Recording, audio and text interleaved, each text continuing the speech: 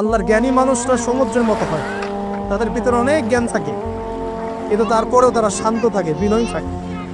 আর যাদের ভিতরে সম্পদ কম তাদের লাফালাফি বেশি। কথা বুঝতে পারছেন? সাগর এত শক্তিশালী হওয়া সত্ত্বেও আপনি তার সামনে গিয়ে দাঁড়ালে সে আপনার পা ধুয়ে দেয়। আল্লাহ বিনয়ী মানুষরা এমনই হয়, অনেক শক্তিশালী হওয়া সত্ত্বেও, সম্পদশালী হওয়া সত্ত্বেও তারা আপনার পা ধুয়ে দিই। অনেক শেখার আছে।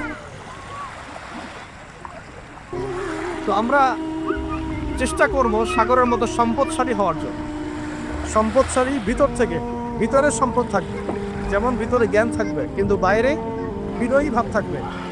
সাগরের মধ্যে পা ধুয়ে দেওয়ার মানসিকতা থাকতে হবে। এবং যখন সে আল্লাহর হুকুমে গর্জন প্রদান করা শুরু করে, তখন কিন্তু সামন পিছন সব ভাসিয়ে নিয়ে চলে। তাই নর্মালি শান্ত থাকতে হবে, যখন আল্লাহর হুকুম আসবে তখন ছাপিয়েও পড়তে হবে।